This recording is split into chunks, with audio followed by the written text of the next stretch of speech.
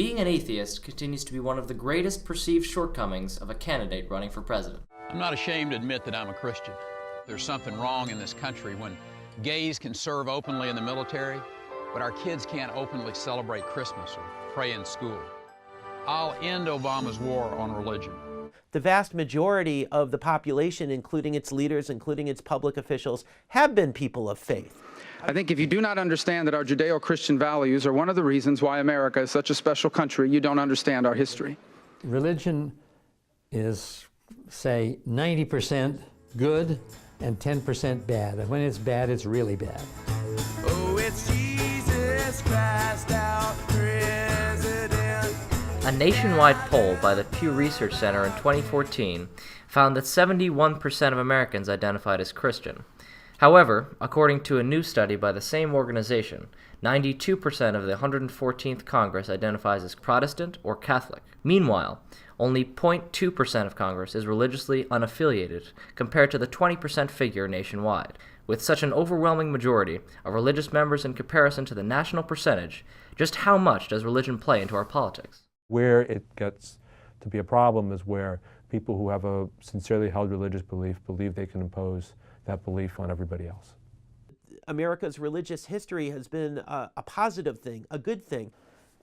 In many cases, in probably most circumstances, religion is a good thing. I believe in God. I do consider myself a religious person. My religious beliefs do not really come into play with my feelings on abortion. Planned Parenthood has nothing against religion. The issue is not that. There are many issues in which religion takes a precedent role, and the largest one of those is the debate on abortion.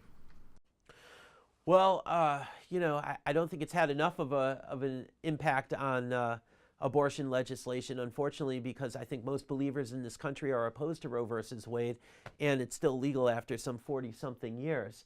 I think, for the most part, people who are hostile to religion end up on the side of pro-abortion, and those of us who tend to be believers end up on the pro-life side. The proper thing to do, the human rights thing to do, the secular humanitarian thing to do is to protect the life of the unborn child. As a lawmaker, I make laws, and my laws, the laws that I write in this building, apply to everybody regardless of circumstance. What we don't do as a state is say, because one religion says this, therefore we're going to impose that on everybody else. I would say that Roe versus Wade is very strong evidence that we may have witnessed the end of democracy 43 years ago, and we didn't quite notice at the time. Another movement that suffers backlash from religious communities is the movement for LGBT rights. One of the most controversial forms of protest against the LGBT community and their rights is conversion therapy. Conversion therapy is, frankly, a crackpot idea that if you take an LGBT child or adult and you put them in the right classroom or you show them the right materials or something, that you can get them to stop being LGBT, that you can somehow flip a switch and change somebody's gender identity or sexual orientation. It is certainly been an awful thing in the past for gays and lesbians to be subjected to it, particularly, against their will, and in some cases, volunteering for it because they desperately would like to change their orientation. In January of 2015, Representative Lesser introduced a bill to the Connecticut General Assembly to ban conversion therapy for minors. There's no scientific basis for it. It's deeply discredited. Every reputable scientific organization says this is nonsense. What it really is a form of abuse. If it provides recourse for minors who feel like they're about to be subjected to this, including in another state, I'm sure there are examples of that. And it may be that legislation is a good idea. The LGBT community had a large win on June 26, 2015, when the Supreme Court legalized same-sex marriage in all 50 states. Unfortunately, many LGBT people still face rampant discrimination, especially in the South. The debates over abortion and LGBT rights are prime examples of the effect of religion on our politics. Whether these effects are positive or negative remains to be seen. Religion has played an interesting and complex and important part in American history. If you have very strong beliefs, you may or may not deliberately apply them to your political process. Sometimes religious leaders get way off the tracks in very, very bad ways. It has provided a basis, or one of the bases, for organizing particular groups as voters, ethno-religious groups. It has provided motivation for people to organize around particular issues.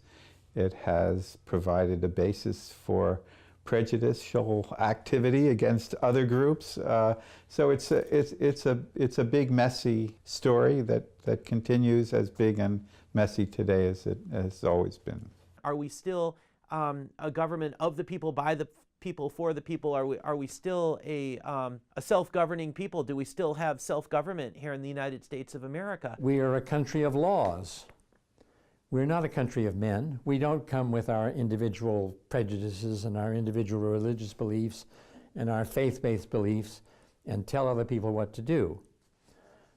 We can argue, we can fight, we can have debates, we can do all kinds of wonderful things, but no one person, or no group of people for that matter, should be allowed to impose their particular view on all the rest.